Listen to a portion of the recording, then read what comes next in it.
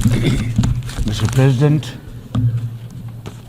heads of state and government, excellencies, delegates, ladies and gentlemen, Assalamu alaikum wa rahmatullahi wa barakatuh, and a very good morning. Qala ya abati inni raitu ahda ashara kawkaban wa. And he said, "Oh, my father, I have seen 11 planets and the sun and moon bowing to me." He said, "Oh son, do not tell your story to your brothers. They will devise a scheme for you. The devil is the enemy of humans." Honor for me to address the United Nations General Assembly for the second time as the Prime Minister of a country that has always been a proactive member of the UN Assembly. I would like to congratulate you and wish you all the success, Mr. President, on your election as the President of the 79th session of the UN General Assembly. I would also like to appreciate the efforts of Ambassador Dennis Francis for his skillful stewardship of the 78th session of the UNGA. Mr. President, the father of our nation, Quaid-e-Azam Muhammad Ali Jinnah, declared in 1947 that we stand by the United Nations Charter and will gladly make our full contribution to peace and prosperity of the world. Pakistan has stood by this commitment unwaveringly. Today, we are facing most daunting challenges to the world order. Israel's genocidal war in Gaza, a dangerous conflict in Ukraine, destructive conflicts across Africa and Asia, rising geopolitical tensions, resurging terrorism, galloping poverty, stifling debt, and the mounting impact of climate change, we feel the chill of a new world order. In response to these challenges, our Secretary General Antonio Guterres called for the Summit of the Future. It led to the adoption of the 54 actions on development, peace and security, technology and global governance in the Pact of the Future. Mr. President, today I stand before you to express the searing pain and anguish of the people of Pakistan at the plight of the people of Gaza. Our heart bleeds as we witness the tragedy unfolding in the Holy Land, a tragedy that shakes the very conscience of humanity and the foundation of this institution. Mr. President, can we as human beings remain silent while children lie buried under the rubble of their shattered homes? Can we turn a blind eye to mothers cradling the lifeless bodies of the children? This is not just a conflict, this is systematic slaughter of innocent people of Palestine.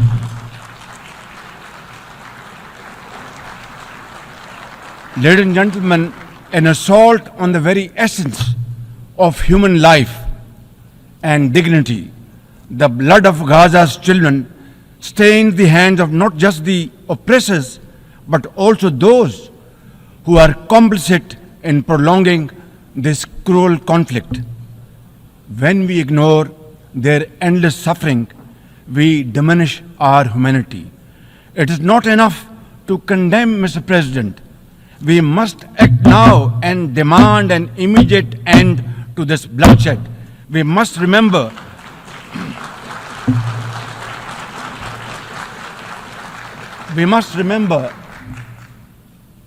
that the blood and sacrifice of the innocent Palestinians will never go waste. We must worry about their plight and difficulties and stand by them. We must work for a durable peace through the two-state nation. We must seek a viable, secure, contiguous and sovereign state of Palestine based on the pre-1967 borders with Al-Quds al-Sharif as its eternal capital, and to advance the goals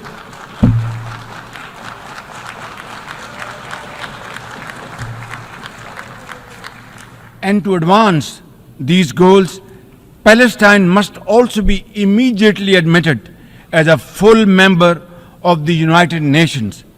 Mr. President, in a span of a few days, Israel's unrelenting bombing of Lebanon has killed over 500 people, including women and even small children. The failure to implement UN resolutions has emboldened Israel. It threatened to drag the entire Middle East into a war whose consequences could be very grave and beyond imagination. Similarly, like the people of Palestine, the people of Jammu and Kashmir too have struggled for a century for their freedom and right to self-determination. Instead of moving towards peace, India has resiled from its commitments to implement the Security Council resolutions on Jammu and Kashmir. These resolutions mandate a plebiscite to enable the people of Jammu and Kashmir to exercise their fundamental right to self-determination. Ladies and gentlemen, since the 5th of August 2019, India has initiated unilateral illegal steps to impose what its leaders ominously call a final solution for Jammu and Kashmir. Day in and day out, 900,000 Indian troops terrorized the people of occupied Jammu and Kashmir with draconian measures including prolonged curfews, extrajudicial killings, and the abduction of thousands of young Kashmiris. At the same time, in a classic settler colonial project, India is seizing Kashmiri lands and properties and settling outsiders into occupied Jammu and Kashmir in their nefarious design to transform the Muslim majority into a minority. This hackneyed tactic is employed by all occupying powers, but it has always failed. In Jammu and Kashmir too, it shall fail by the grace of God. Ladies and gentlemen,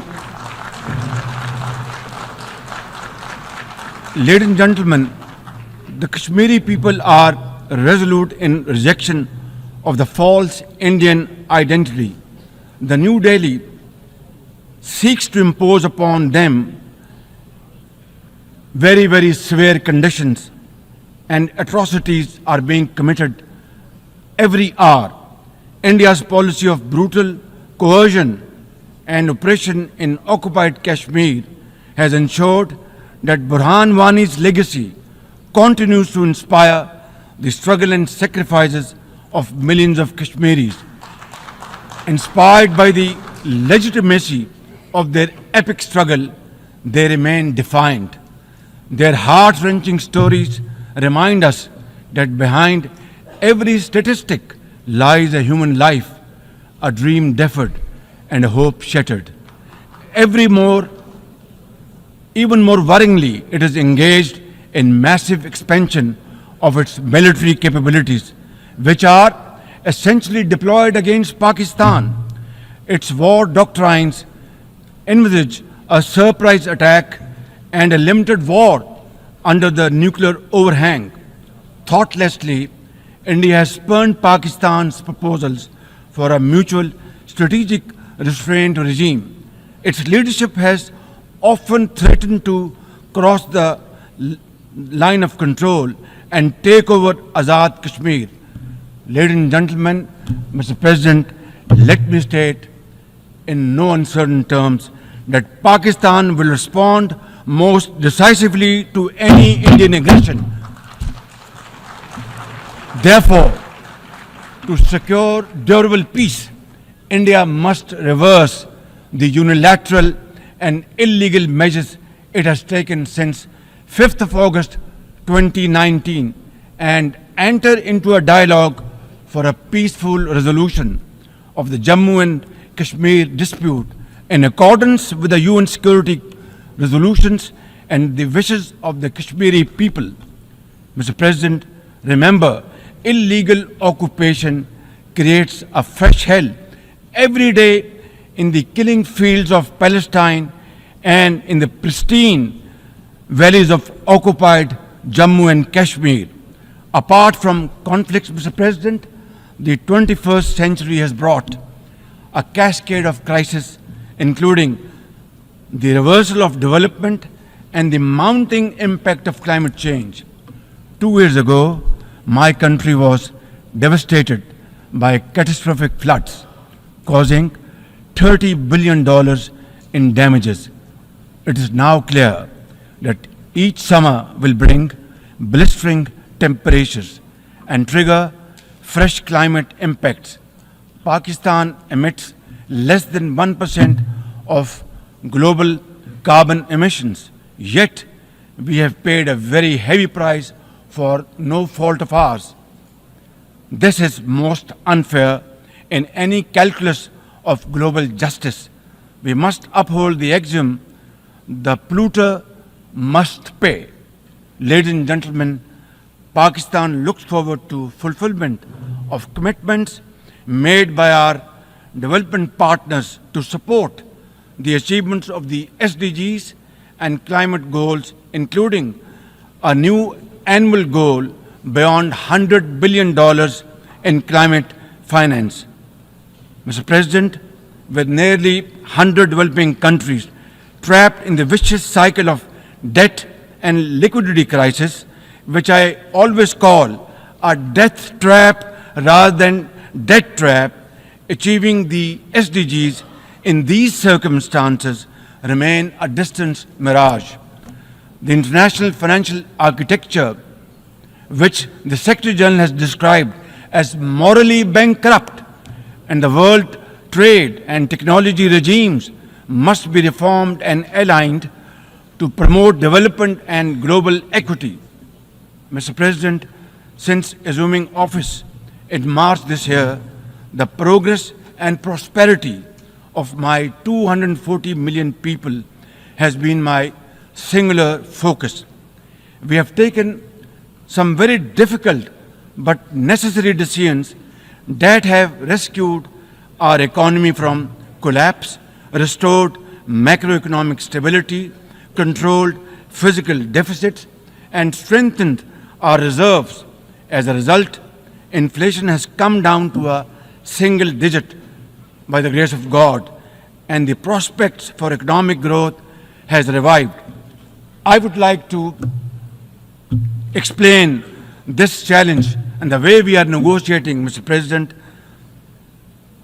by reciting a stanza from a poem which enormously makes me very emboldened, very brave, and hardworking, and commit untiring efforts. And this stanza is a befitting example of hard work and, of course, facing challenges and then pave the way for success stories.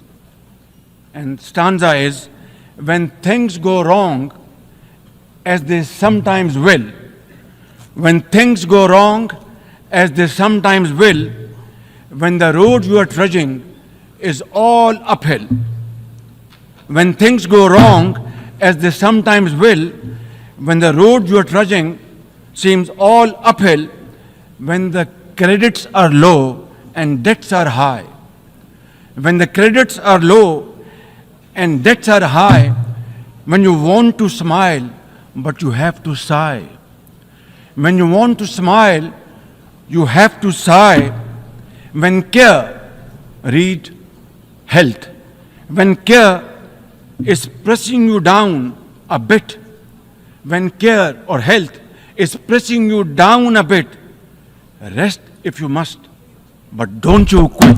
This is how, Mr. President, we have learned to face our challenges and negotiate the most daunting challenges we have faced.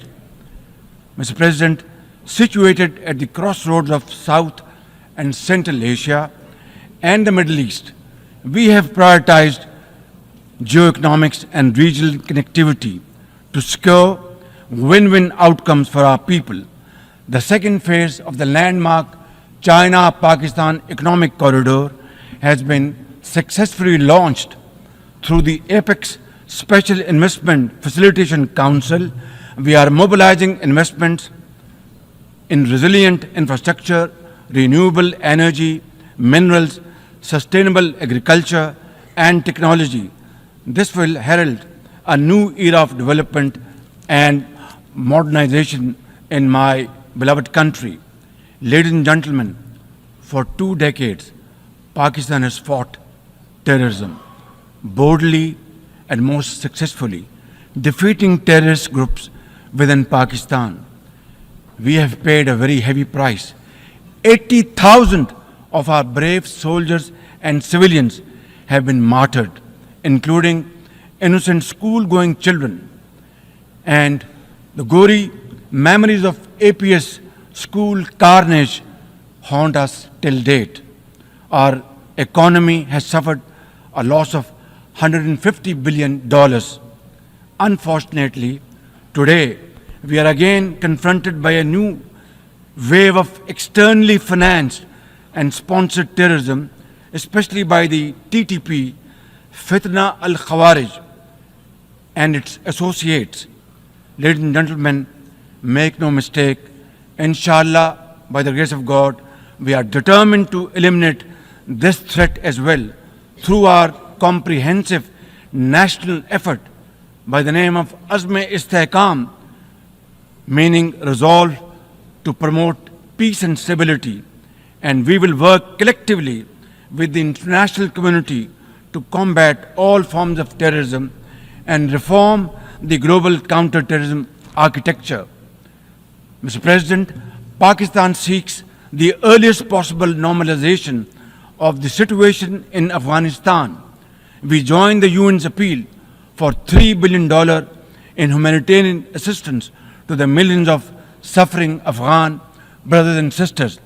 At the same time, we endorse and share the international expectations that the Afghan interim government would respect human rights, including the rights of women and girls, and promote political inclusion. In particular, the interim government must take effective action to neutralize all terrorist groups within Afghanistan, especially those responsible for cross-border terrorism against neighboring countries. These include ISIL-K, Daesh, the Al-Qaeda associated TTP, Fitna al-Khawarij, Majid Brigade, the BLA, and other terrorist groups which unfortunately are seen on Afghan territory. Mr. President, another troubling global development is the escalation of Islamophobia, which is now manifested by frequent desecrations of the Holy Quran, attacks on mosques, negative stereotyping of Muslims, and acts of discrimination and violence against them. The most alarming manifestation of Islamophobia is the Hindu supremacist agenda in India. It aggressively seeks the subjugation of 200 million Muslims and the obliteration of India's Islamic heritage. Pakistan and the OIC will work with the UN Secretary General and the Special Envoy to implement a plan of action to combat the scourge. Ladies and gentlemen, Pakistan seeks an immediate end to the tragic conflict in Ukraine and its peaceful resolution in accordance with the UN Charter and international agreements. Ladies and gentlemen, Pakistan has a long and proud history of solidarity, friendship, and cooperation with the nation of Africa. We will continue to cooperate with them to counter terrorism and resolve regional conflicts, including through UN peacekeeping and peace building in the region. Finally, Mr. President, as we leave this august hall, we must carry with us a message for our people that the weak are not voiceless, that the oppressed should not lose hope, that poverty is not preordained, and that Allah Almighty promise of justice and equality in our terrestrial home must be respected. I thank you all and thank you very much for your time. God bless you.